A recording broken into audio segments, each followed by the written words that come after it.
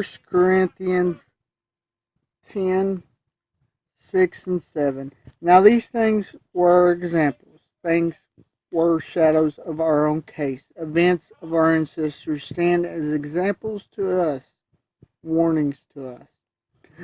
So we see examples these throughout Scripture. He's referring mainly to the Old Testament, but we as Christians get examples of Paul's trouble, Paul's trial, the foundations of the early church as examples, such as, I don't even remember their names, but they lied about giving and they end up facing God's wrath in the Acts. We get that example. We get an example of Stephen standing in faith and God strengthening him and giving him boldness at the point of his death. We get examples of Philip going out being a witness in the book of Acts. We see Paul referring to his examples. But we should always see it through the lens of Christ. By that I mean with Christ being our perspective. If we look too much on somebody else's example, then we try to be like them. We're not meant to be like them. We may be meant to be after the way they're following, which is Christ. So that's why we look to them and then we stay focused on Christ. To the intent, we should not lust after evil things, as they also lusted. Keep us from hankering after what is evil. Teach us not to long after evil things, crave evil things. We are not to set our hearts, as some of them set their hearts on forbidden things.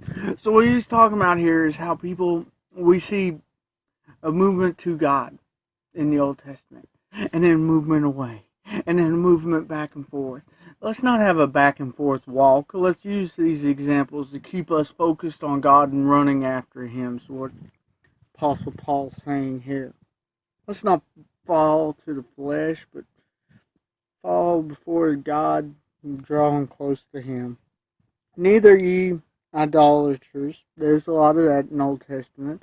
We as Christians today don't deal with much statue worship as we do materialism and I want to do my thing type idols.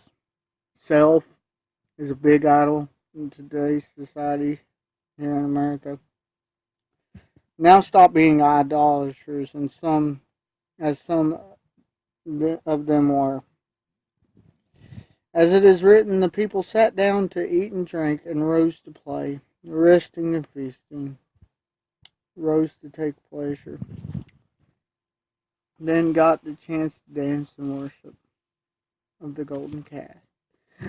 So this is also saying, I believe, if we're getting lazy, we're more prone to being fall. If we get, and this is scriptural, be alert. We're to, and when it says be sober, it's also stay focused. Don't let anything cloud your judgment. And it doesn't say that here, but it says that elsewhere.